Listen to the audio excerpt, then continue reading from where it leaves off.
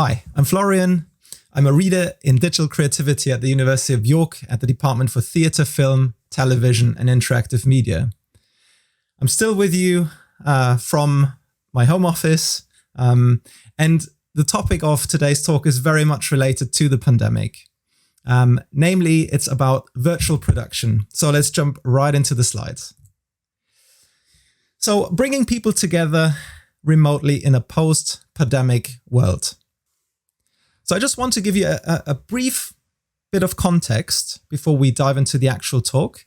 I was really lucky and privileged to lead a large, exciting project over the last 2.5 years that was the response to a challenge set out by the UK government.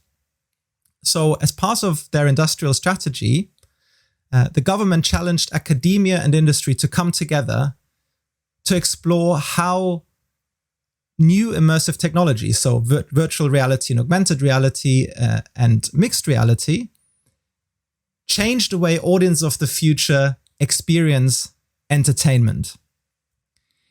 And there were 4 demonstrators that were awarded: one for moving image, one for visitor attraction, one for performance, and one for sports entertainment.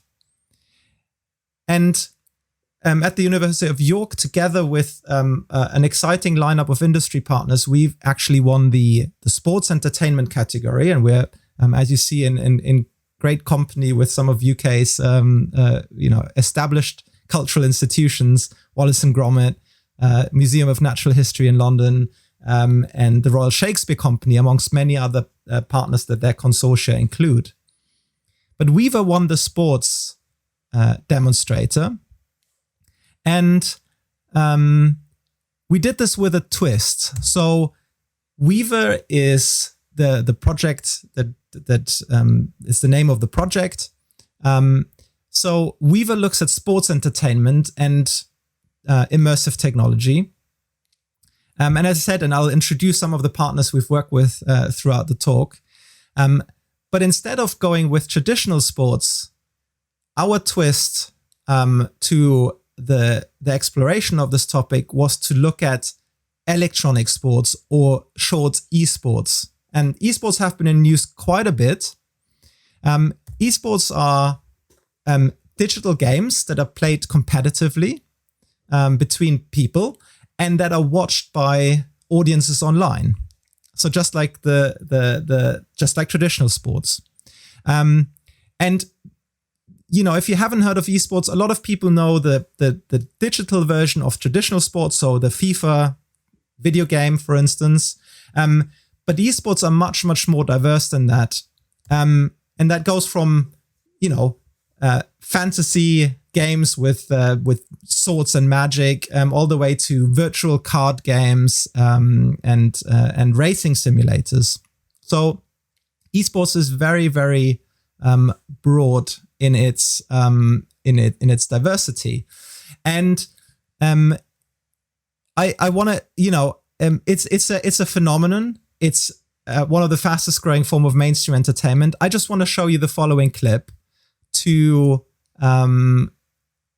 really give you a sense for the scale at which esports have happened, notably before the pandemic. So take a look at this clip. 11 years, this, one of the biggest esports events in the world, has toured the planet. Yes or no? Can we get closer to the players? 30 seconds, I need to know. These are those moments I don't think anybody on that stage is going to forget. 5 different nationalities. We're getting 13,000 fans screaming their heads off here in an arena, and just we're all feeling it together, right? You just cannot help but ride that energy wave that just goes pounding through Lanxess every time. Because we've got great teams, we've got great matchups, we've got great experts. But the biggest, most important point, we have got you! So this clip provided by ESL, the lead partner on the project, really shows the scale and the sort of the way that esports has grown from what used to be a niche into really a mainstream phenomenon. And so just to give you a few numbers to illustrate that, in 2020, over 500 million people have watched esports around the globe. So this is not people play. There's a lot more people playing video games, but the people who decide to watch professional video game players perform and compete. And a lot of people don't understand this. They don't get the idea of esports. But in many ways, if you know something really well, and or if you have a passion for something, it's really about observing skill, human skill, and the admiration for perfecting a skill, right? And so a lot of esports fans, they love the community side, they love the excitement, but they also want to watch the professional video game players to help them understand how they can improve, how they can, become better at the game. And so, there's a lot going on in esports. And, our project was halfway in when the pandemic started. And, I think obviously there were really severe issues we had to address in regards to the economy, in regards to people's well-being and health. But I think what we also realized in the day-to-day coping of being bound to the confines of our homes is that entertainment and connecting with people online becomes really, really much more important. And particularly among the sports fans of us, it was a sort of a double whammy to be in isolation, but also miss something we hold very dear, which is the sports, which is the competition. And obviously, when the pandemic started, all major sports leagues were suspended, and that created almost a gap in entertainment. And that's why I've introduced esports and the project. Esports were in a different situation because esports are not bound to physical venues and don't require people to even be in one room together. They could continue, and it's made the news across the board.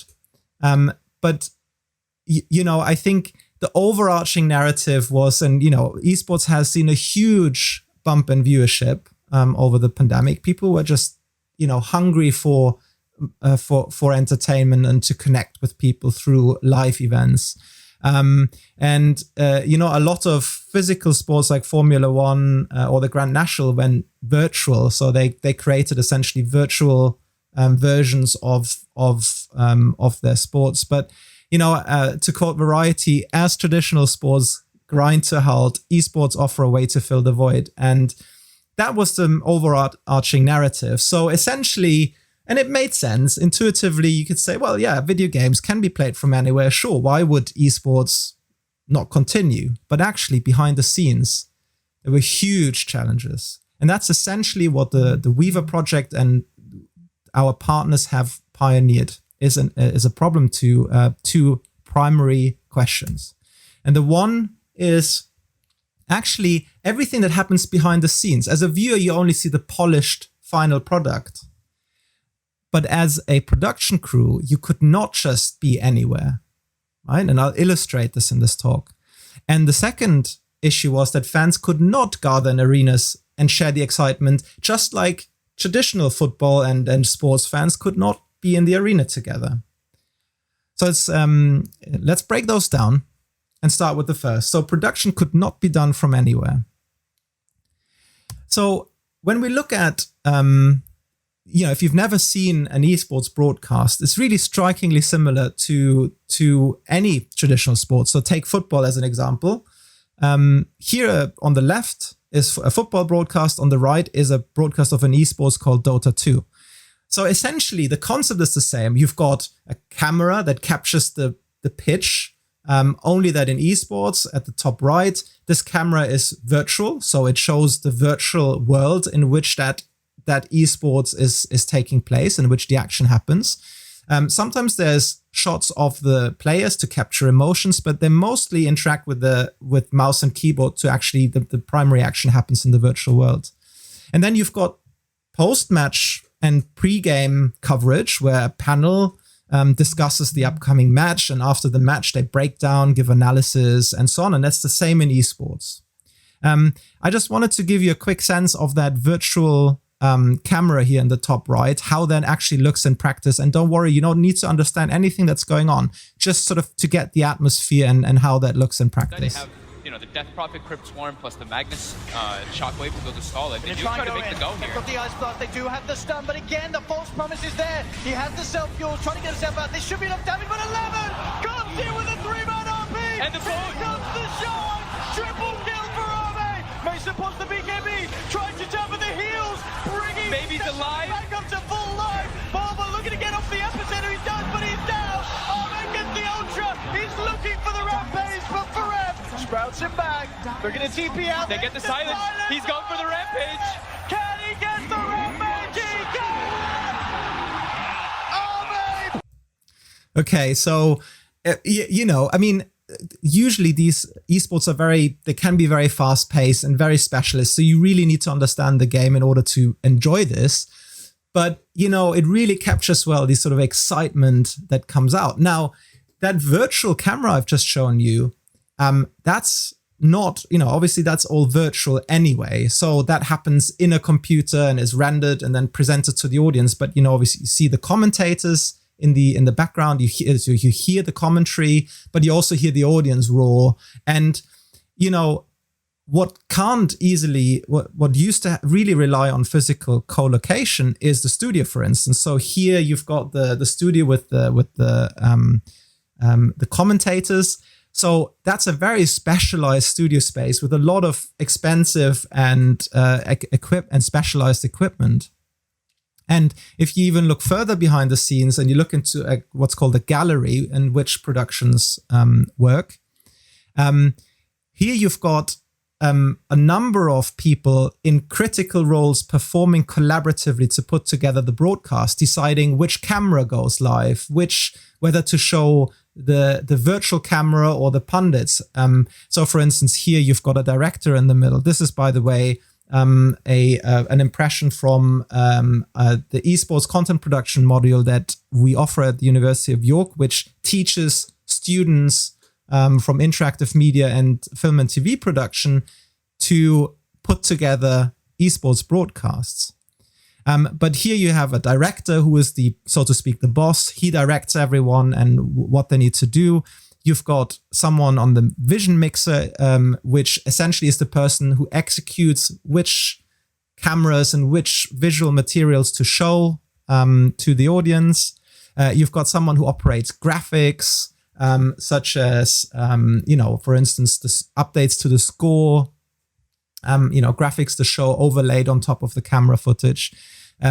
You've got a replay operator who shows you live replay when an amazing play has happened and you want to repeat that. And then you've got a sound operator who looks at audio levels and looks that all the sound is mixed together perfectly in order for the for the fans at home to get a really great, well-rounded product that is smooth and that tells a coherent story, right? So what I want to illustrate is that this is a very highly complex workflow. So this is real-time collaboration, communication with very specialist equipment in the studio. So again, when the pandemic hit, the companies we work with and the project was challenged with, how can we actually now do this without being able to bring people into the actual physical space, right? And so one of the key steps that we've done is that we changed from hardware devices, which is here on the left, it's just one vision mixer, but obviously the studio is full of this equipment, to software versions of the same tool. So software versions are, there's vision mixers that work entirely on a PC without on a generic laptop. Usually these or PCs, these PCs have to be quite powerful to process everything in real time. But you have very sophisticated tool now. One that our partners are using is vMix. So that's a software that has essentially is a studio in a box, right? And now what is the motivation behind this? Now, I want to show you how one of these PCs looks in our production facility. So at York, we now have a specialized, tailored esports production facility. And this is one of the PCs that run part of the workflow. So you see, it's just a standard PC with a mouse and the keyboard. But actually, this is the only mouse and keyboard that's in this space. And in fact, the servers or the actual PCs that they are here in a rack. And so each one of these components is essentially one of the jobs that I've outlined in the previous slide. So one of these boxes does the vision mixing. One of these boxes does the audio. One of the boxes is for someone to operate the virtual camera in the game, and so on.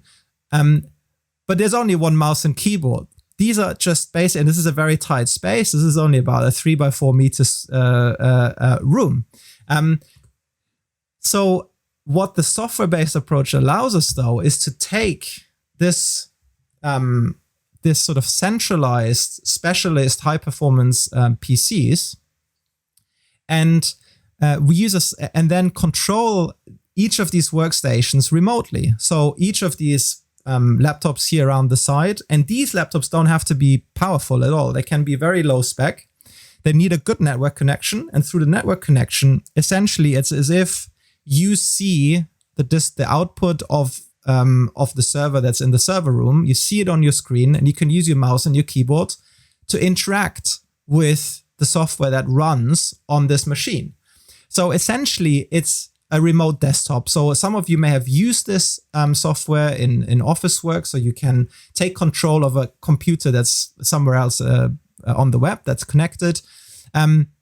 However, the standard tools didn't work for us. So it's one thing to use Word and something where it doesn't matter if there's a bit of a delay. What is required in this sort of workflow is a really, really low latency, so minimal delay between your action and it actually causing an effect in the production studios, right? And somewhat ironically, gaming provided us exactly with this cool tool. This is called Parsec. You can Google it. It's essentially, and I'm not affiliated or it's a free tool that you can download. So Parsec was made to give people the ability to share one computer and game with very good response times. So they can play games on a different computer. And the key quality of Parsec is that it has very little delay, just a few milliseconds. So it fulfills that. And also it can do a lot of frames per second. So the refresh rate, the sort of pictures that you can get remotely, it's almost as if you are at the studio, right? So the sort of fidelity when you move something, when an animation plays, is very, very good. So it's optimized for vivid, low latency remote control. So again, it's a gaming tool that we've used in a creative production workflow. And that's worked extremely well. So now we were at a stage where we could produce an esports broadcast entirely with people being at various places in the world. So we didn't need anyone to come into the studio. Now, another thing is communication. And so, as you know, I've shown everyone sitting in a gallery, and there's a lot of communication going on. Again, we've done a lot of communicating mediated by the internet over the last 1.5 years. There's Skype, there's WhatsApp, and again, it was very important that this worked in a low latency and had some other qualities as well. So Discord is made for gamers, and Discord has a very nice way of organizing or creating virtual rooms that you can leave or join or leave when you want. So for sub-working groups within a production crew, it would be very handy to go into different virtual rooms. So it basically almost maps a virtual production space, and you can join different conversations and then join when the production starts, join a global room where everyone can hear each other. And also in the studio earlier, I've seen you that wall of monitors, so that basically gives all the production crew an awareness of what's actually going on in the different cameras and in the broadcast. And that can be produced within Discord, can be reproduced virtually, so that everyone in the production actually has awareness about what's going on in the broadcast. So ultimately what we've done, and really our partners have done pioneering work here together with our researchers, we use interactive gaming technology to enable creative workflows that are highly collaborative, responsive, and safely bring together teams from anywhere in the world. So now we had a production facility that we could create sophisticated esports broadcasts without anyone setting foot in the actual physical premises. So now you can say, all right, well, that's great for the production crew, but hold on, didn't you say there were commentators in the studio? So how does that actually work, right? And so you're right, if that's your intuition. And in fact, the most esports broadcasts that happened during pandemic, this again is an output we've done together with our partners from Rainbow Six Siege.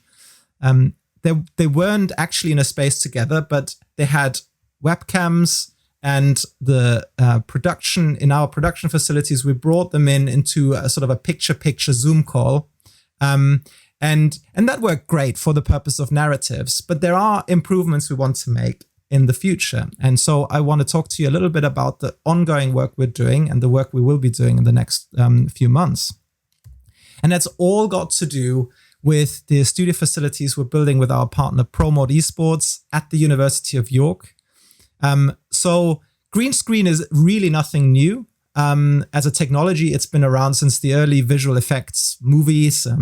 Star Wars, for instance, have pioneered this sort of technology. And the idea really is that you take footage of real actors in front of a green screen, and then you're able to teleport them and make it look as though they are in any sort of environment. And I just want to show you a very quick clip that one of our partners, Doc10, have done that sort of illustrates this very well. That was also part of Weavr. Hello and welcome to ESL1. We are located in what we like to call our nerve centre, where we're going to be analysing, breaking down all the gameplay to a level you've never seen before.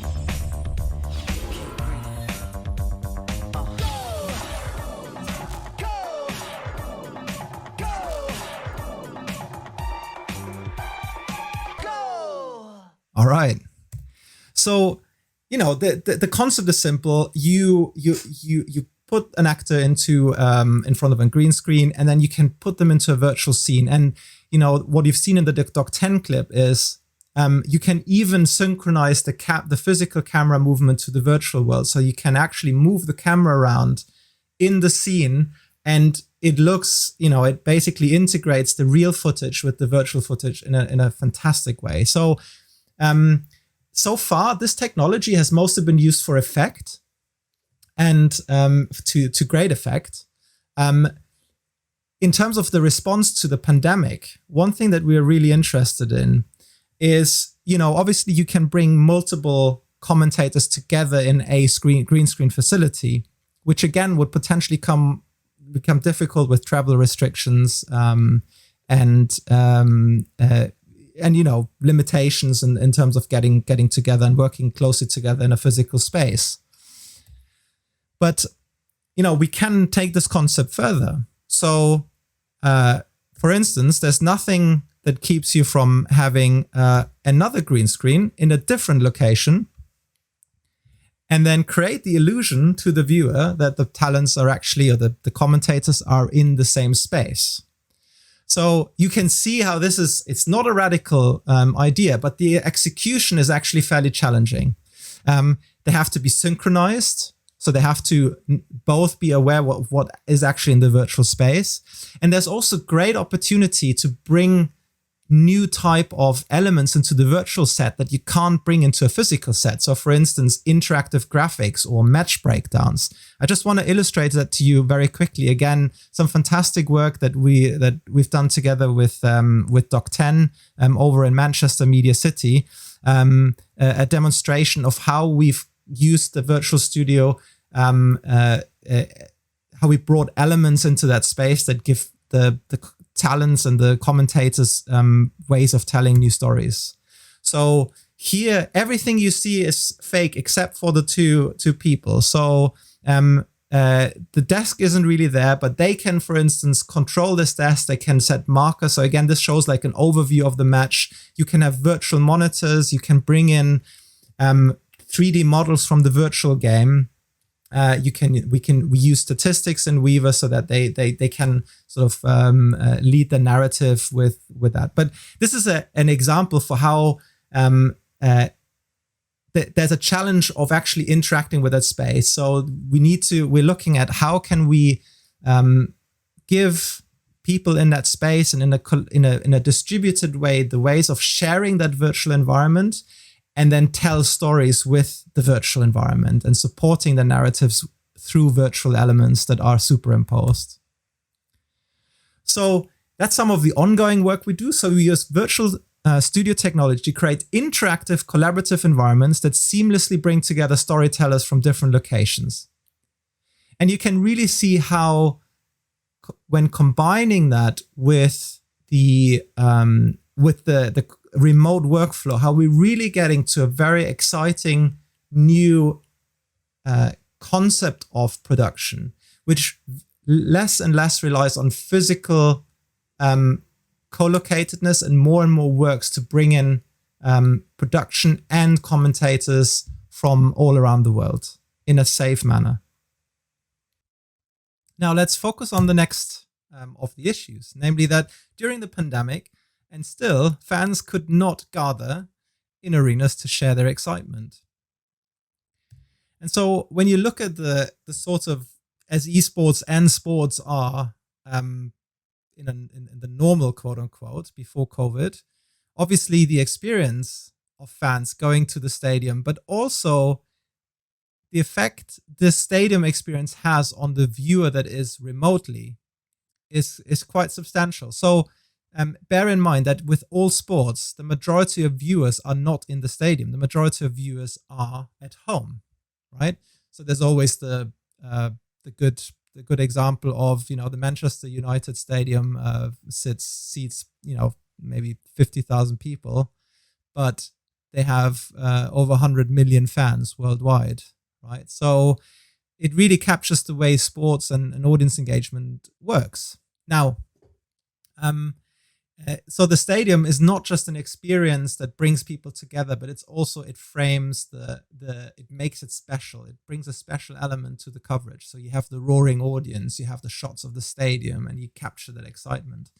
Now all of this goes away when during the pandemic, and it's going to be back, but still.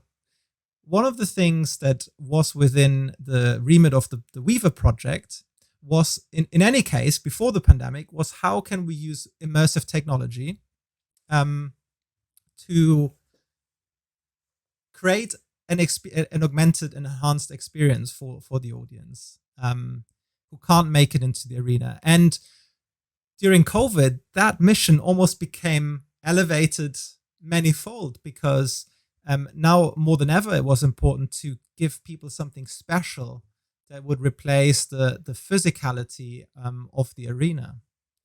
And so when you now go back to the drawing board and you say, okay, well, let's just forget about physical spaces, but what if we could together inhabit a virtual environment and express ourselves, move around, pick things up, interact with each other, hear each other, see each other. If we for a moment assume that we could do that, then a lot of things become possible. So not just replicating a stadium.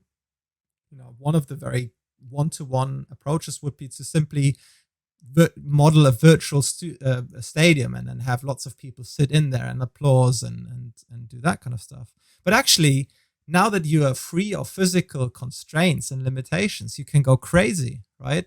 You could have a VIP viewing lounge on a spaceship. You can have laser weapons to play laser tag with your friends. You could literally have large cinematic monitors everywhere that you can simply conjure up with the gesture of your hands to view different camera perspectives onto the pitch.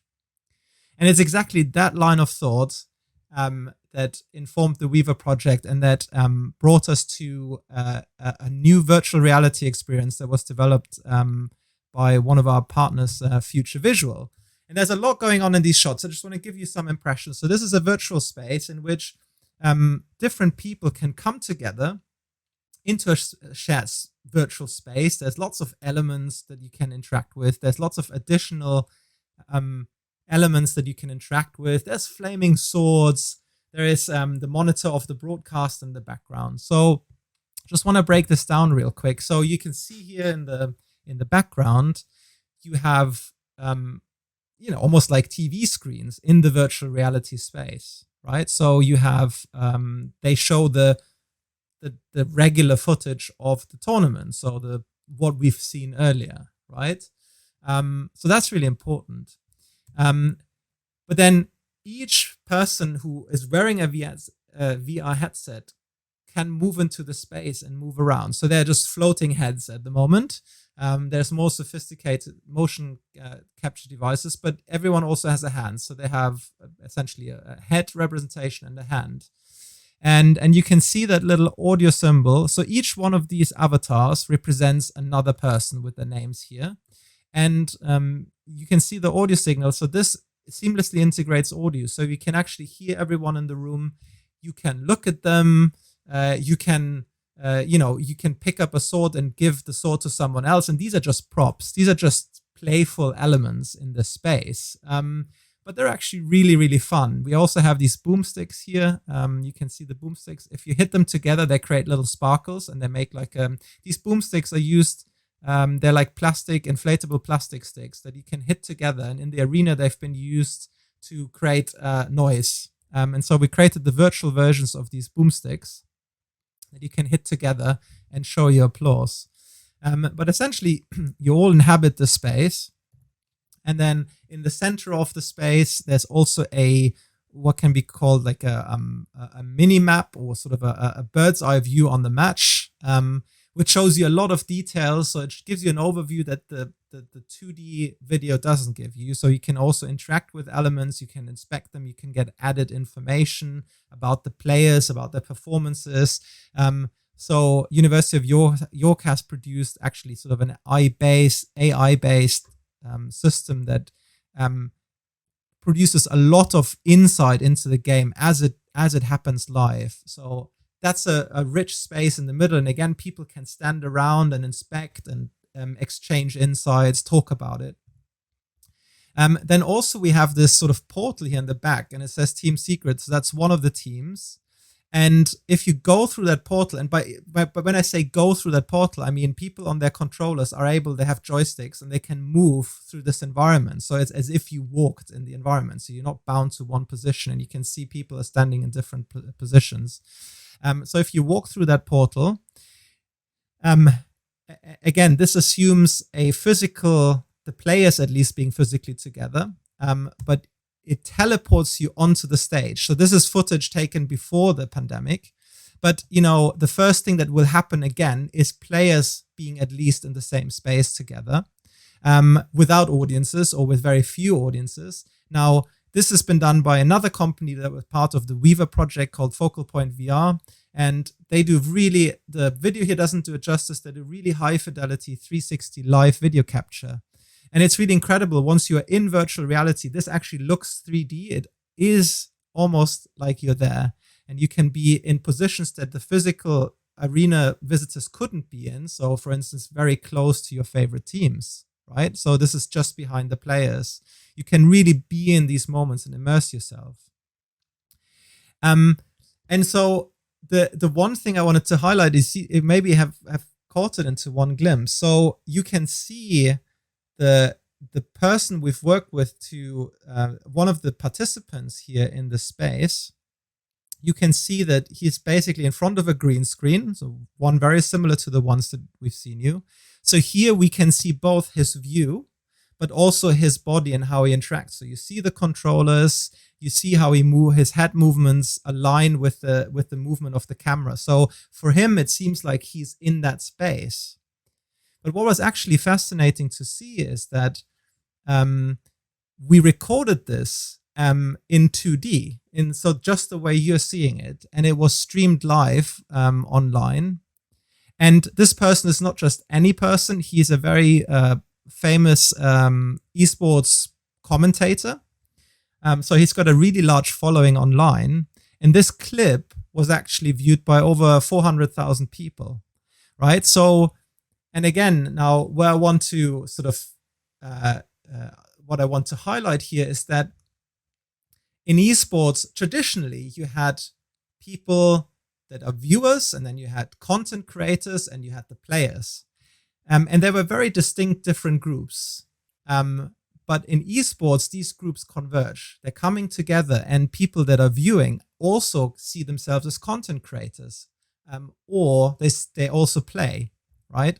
And so now when you see the space, not just as a social hangout space to watch a match, but actually as an arena to produce content. So for instance, to add commentary, to point out interesting insights, to analyze the match that's going on, all of a sudden, you have a virtual space in which people can come together to create and share insights, to create interesting contents, and to broadcast that with the world, right?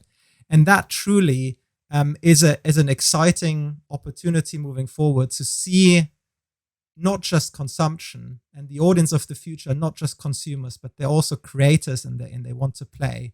And ultimately, when you look at the way this space is designed with the boomsticks, here you see them again, and the weapons, this is a fun space, and people, of course, they watch the match, but they also want to have fun. They want to socialize, and they want to be together and have a good time. And that brings me to the sort of final slides. So at Weavr and the University of York, together with other partners, we've used immersive technology to create virtual environments that bring fans together from across the world, enabling them to watch, play, and create. And with that, I want to leave you. I thank you very much for your time. Again, I want to really sort of give thanks to Innovate UK and the UK government for funding this research. Our set of fantastic partners that I featured in these slides. There were others too that did exciting work. If you're interested in this sort of work, follow me on Twitter or send me an email. And I look forward to hearing your feedback. Thank you very much. Bye.